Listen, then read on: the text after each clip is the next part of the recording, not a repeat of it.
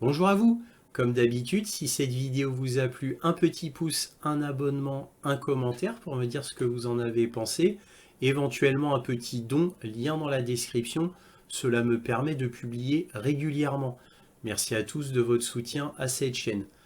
Donc là, cette vidéo est exceptionnelle parce qu'elle va vous montrer pour la première fois, à ma connaissance tout du moins, la vérité sur l'origine de la guerre en Ukraine dans un grand média, à une heure de grande écoute, à la télé.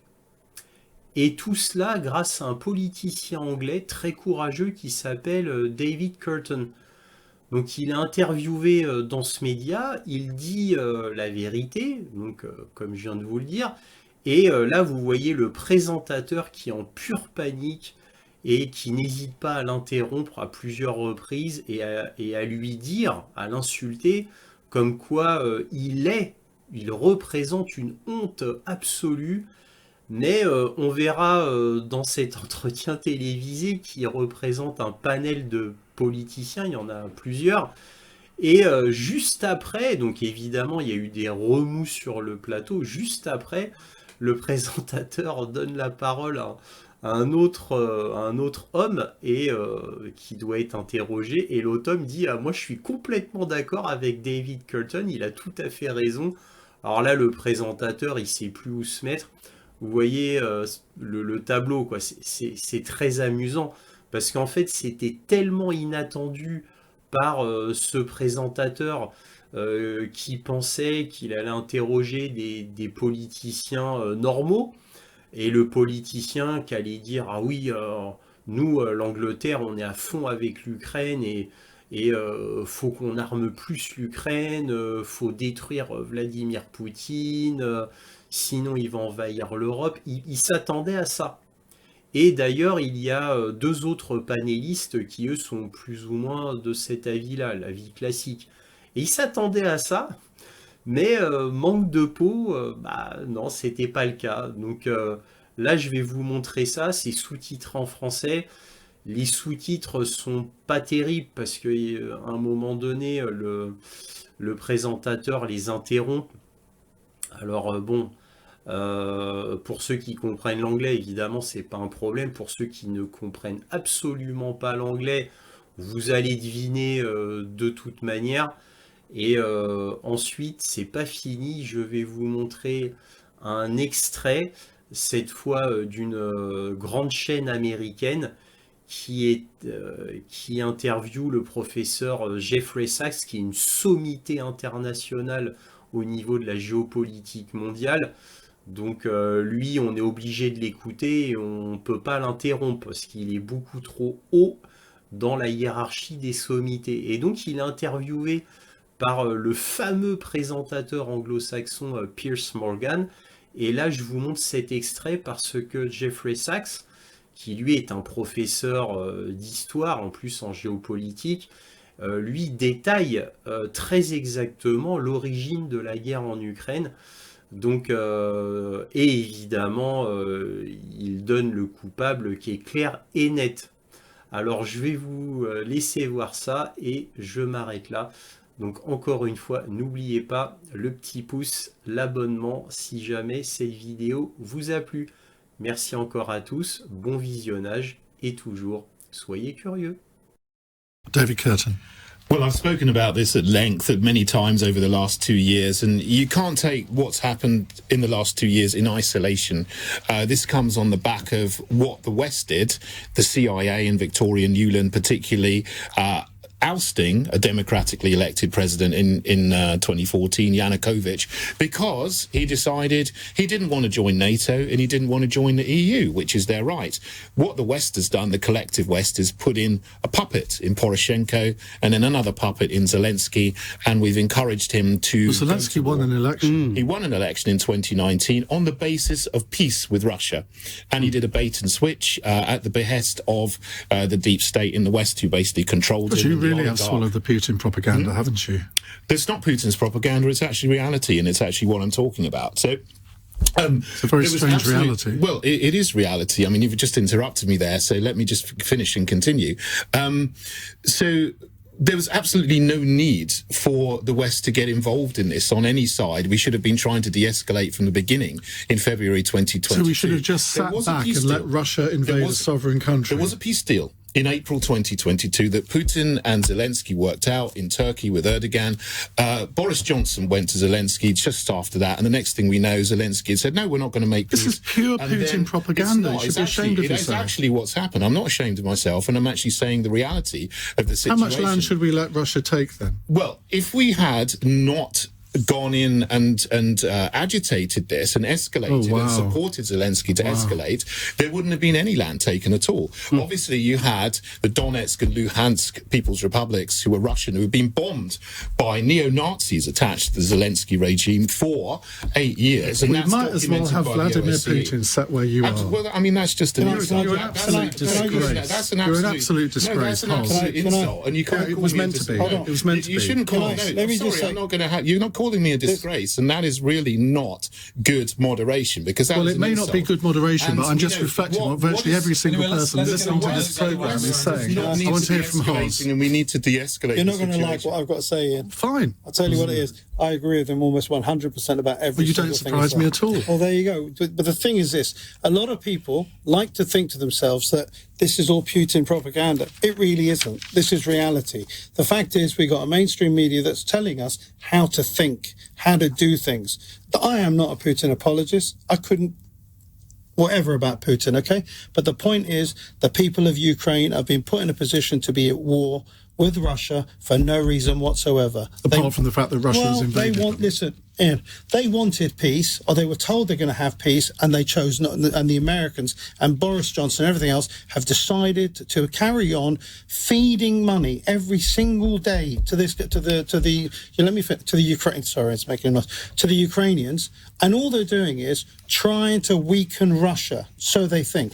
All they're doing is money laundering money for weapons industry from the military industrial complex. And anything else you want to say about it, for me, I'm 100% with him. And I'm not a Putin apologist. I'm actually a realist. The mainstream media want to make us feel like we're Putin apologists. We're not. We're looking at what's happened. Okay, all the time we are escalating, David, 500,000 Ukrainians have died. We've got to stop that. There's been a U.S. attempt since 1991 basically to surround Russia with NATO. And what Putin has been saying is don't do that. Stop. Leave Ukraine as a kind of buffer zone. And Ukraine was perfectly happy with that, and public opinion was perfectly happy with that, and they didn't want to join NATO.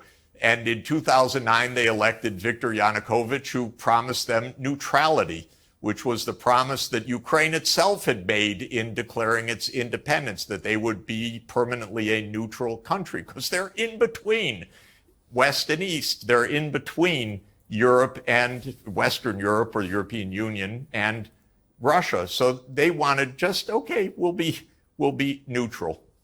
But then the United States did team up to overthrow Yanukovych in February 2014, and that's when this war started.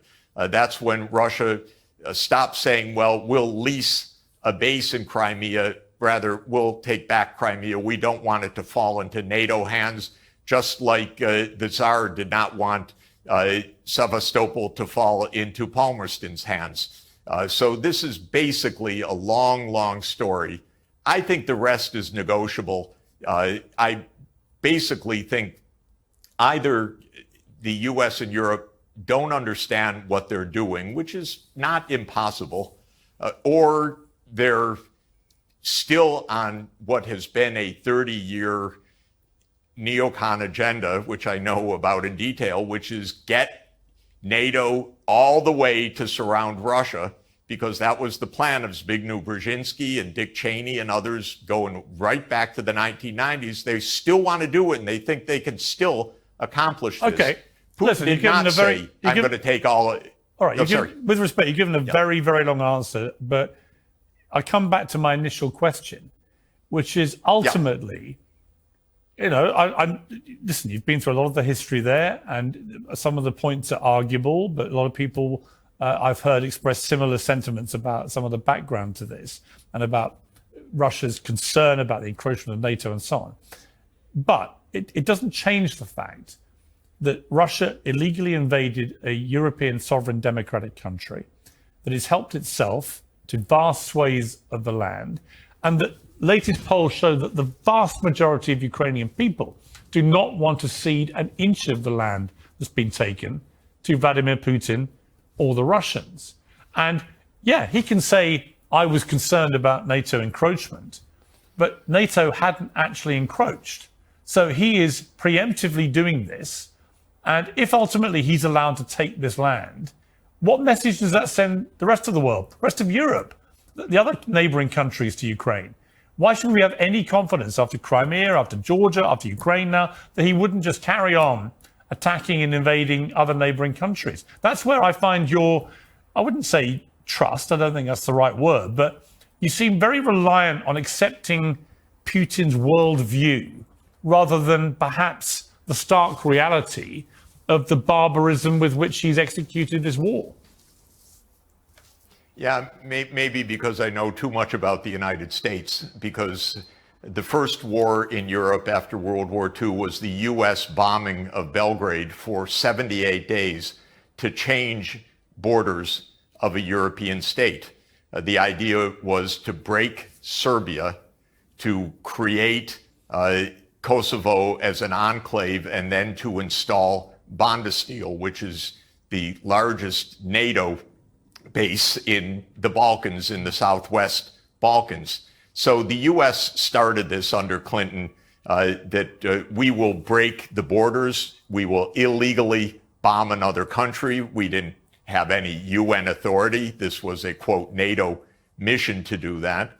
Then I know the United States went to war repeatedly, illegally, in what it did in Afghanistan, and then what it did in Iraq, and then what it did in Syria, which was the Obama administration, especially Obama and Hillary Clinton, tasking the CIA to overthrow Bashar al-Assad, and then what it did with NATO illegally bombing Libya to topple Muammar Gaddafi, and then what it did in Kiev in February 2014. I happened to see some of that with my own eyes. The U.S. overthrew Yanukovych together with right-wing Ukrainian military forces. We overthrew a president. And what's interesting, by the way, is we overthrew Yanukovych the day after the European Union representatives had reached an agreement with Yanukovych to have early elections, a government of national unity, and a stand down of both sides. That was agreed. The next thing that happens is the opposition, quote unquote, says we don't agree. They stormed the government buildings and they deposed Yanukovych. And within hours, the United States says, yes, we support the new government. It didn't say, oh, we had an agreement. That's unconstitutional what you did.